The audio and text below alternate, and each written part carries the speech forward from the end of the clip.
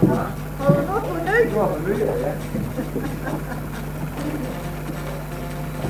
vi kan bare lige tage en lille del. Så er det i den frihøg.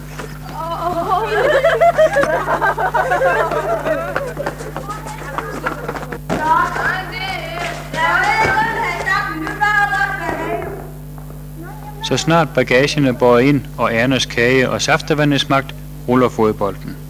Et godt tegn på, at alle har fundet sig til rette.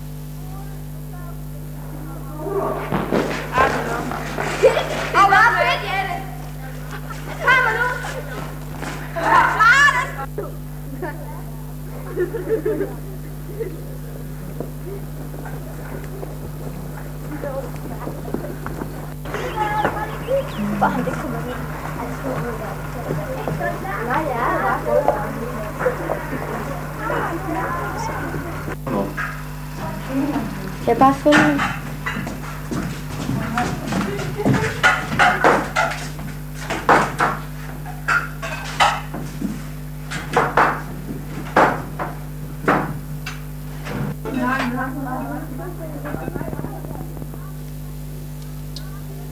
Dagen starter altid med et solidt morgenmåltid.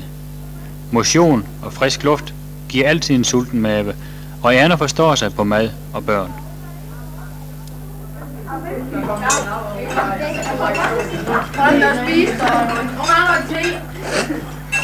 Ikke tage hele.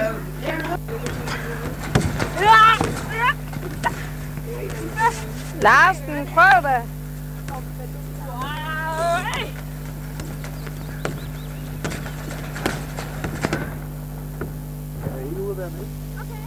For de legesyge er der sat en trampolin op, og den bliver flittigt brugt. Der må højst være 2 på ad gangen. Det er altid spændende at se, hvem den anden er. Den ene er næsten altid Larsen.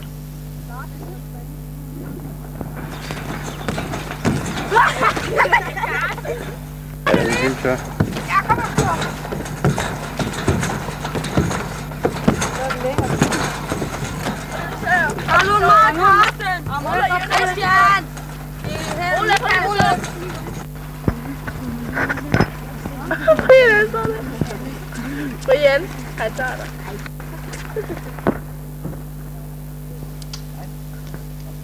Mandag formiddag starter vi på den lange gåtur til Lillestrand. Fra Lillestrand til Bulbjerg og så hjem igen. En strækning på cirka 15 kilometer. Vejret er strålende, så vi får masser af sol, frisk luft og måske et par enkelte ømme tæer.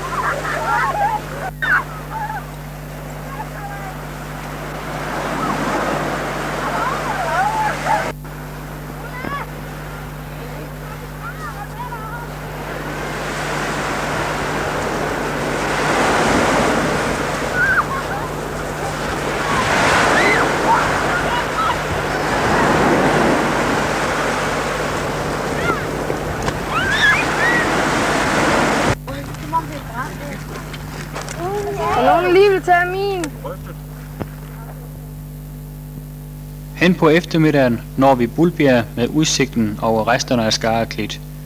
Et sørgeligt syn, ligesom vi har mistet et stykke Danmarks geografi. Pas på, du ikke falder.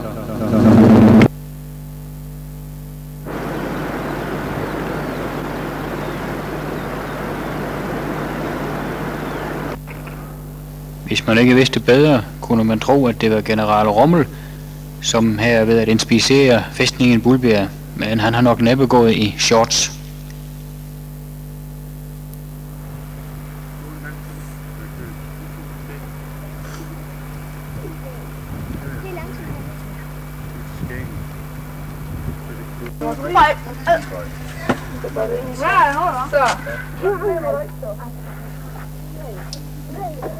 Hjemme igen. Det kunne være rart med en dukkert nu. Men når der ikke er vand i bassinet, må man finde på andre veje. Og må ikke Birgitte er ret opfindsom på det område.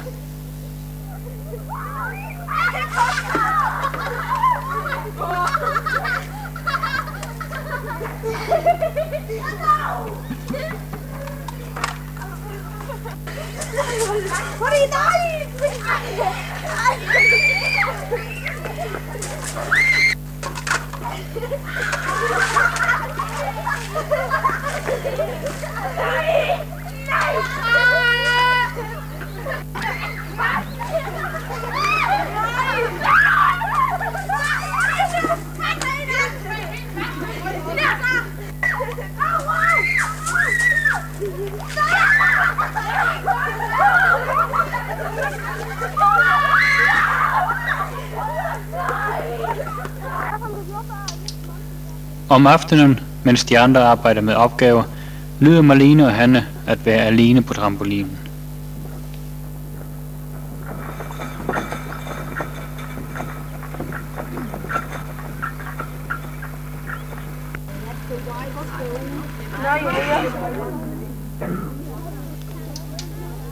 Foruden at skrive dagbog, skulle klassen lave en collage af ting, som var samlet sammen på dagens vandretur. Hvis det holder, så har vi under dig. Ja, det holder ikke.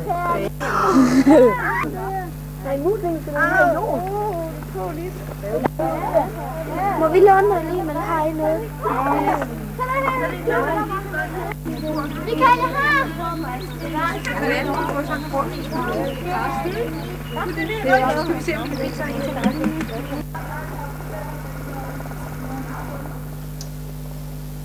Resultatet ser spændende ud. Erna var dog ikke videre imponeret, for om et par dage kommer de tomme krabbehylstre nemlig til at lugte ganske forfærdeligt.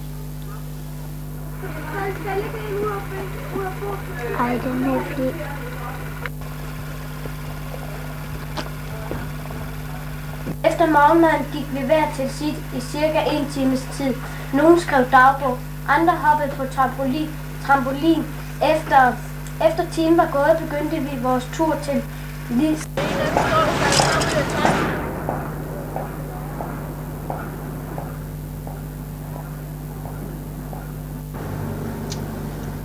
Tirsdag starter meget tidligt, for vi skal nemlig være i Hanstholm klokken 7, for der starter fiskeriaktionen.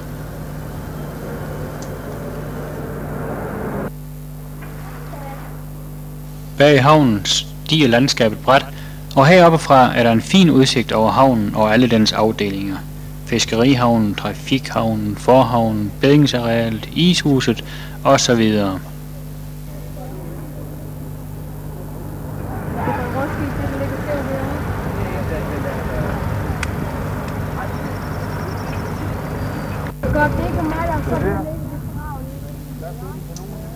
I Hanstholm ligger også et stykke Danmarks historie. Et stykke Danmarks historie, som folk her på egnen helst vil glemme, nemlig besættelsen.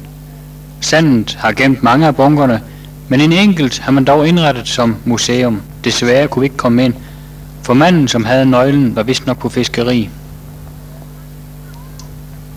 Ved Viksø derimod kan sandet ikke gemme bunkerne. Havet har gravet dem frem, og de ligger nu på stranden og minder os om 5 mørke år.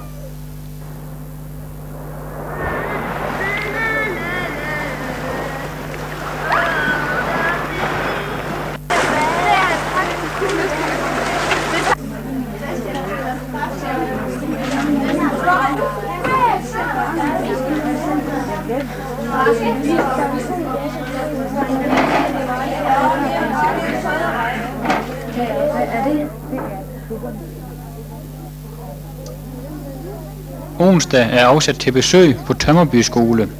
Et arrangement, som viste sig at blive alletiders oplevelse. Eleverne havde lavet saftevand og pandekage med is.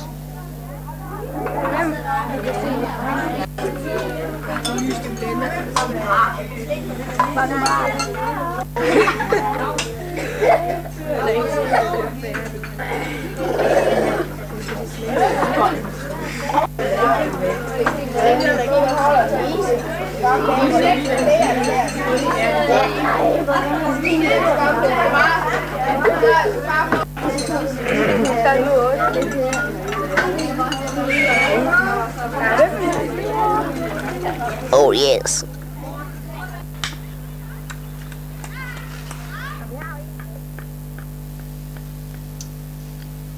For at blande eleverne lidt, havde lærerne på Tømmerby Skole lavet et lille løb med små opgaver, som for eksempel her. Lav en rummand af materialerne i posen.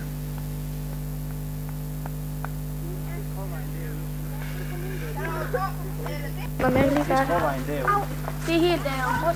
Og der hvor den vej, som er rødløs sammen, det er lige nede i krydsmålsbyen. Det er meget godt deroppe i skoven. Det er meget højt og meget godt. Den hammeren ligger der. Prøv lige at holde hans lund. Så kan vi nemlig holde den der fast, den her hat på.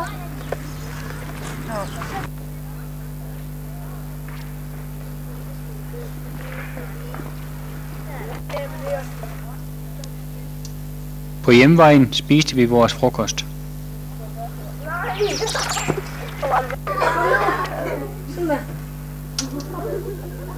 Om aftenen kom Tømmerby Skole på besøg hos os på Bulbjerghjemmet, og ærerne havde bagt lagkage og kager i lange baner. Legen her hedder kærlighedsstillinger.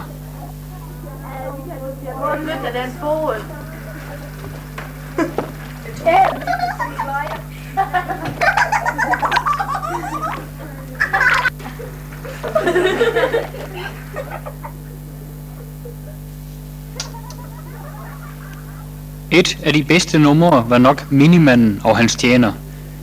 Det var ikke en helt let opgave, men Ole, som sidder under håndklædet, klarer dette meget flot og indhøster mange klapsalver.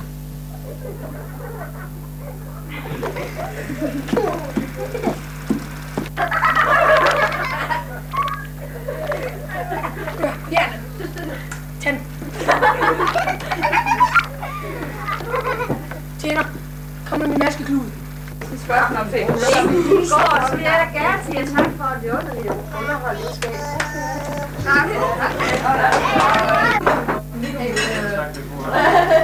Jo, vi spiller med vores morgen, ja. Det synes jeg ikke, ja.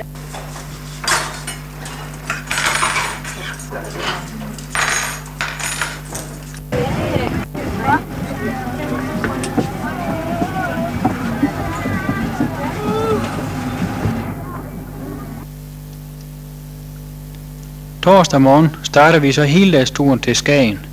En meget lang køretur, men der er så mange oplevelser undervejs, at turen ikke føles anstrengende.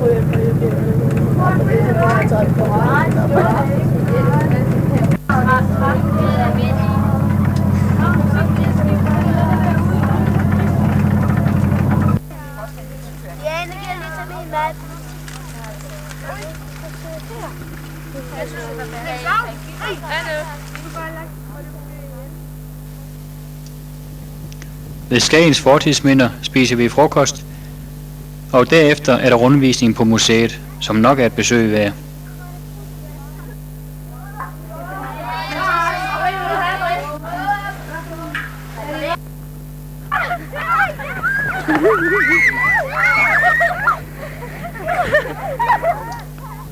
Danmarks største sandkasse, Råbjerg Mile, er en oplevelse for sig. Alle bliver som børn igen og tumler sig i det fine sand.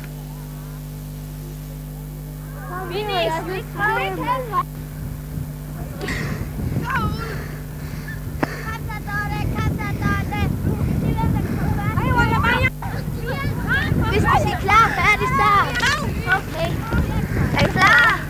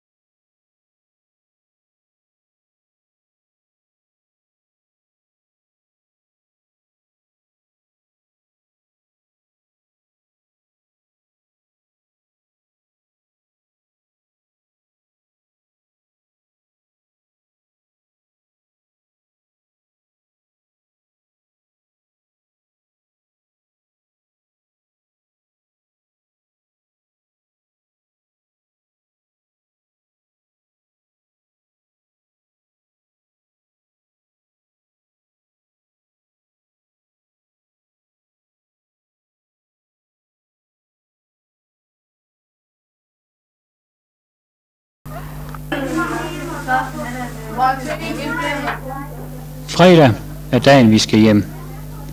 Morgenmaden nydes, og man sidder og tænker på alt det, der er sket i den forløbende uge.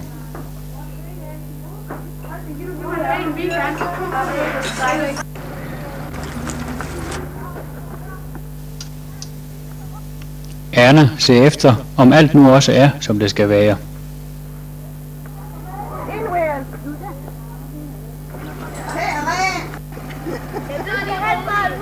Ja, så går han foran huset.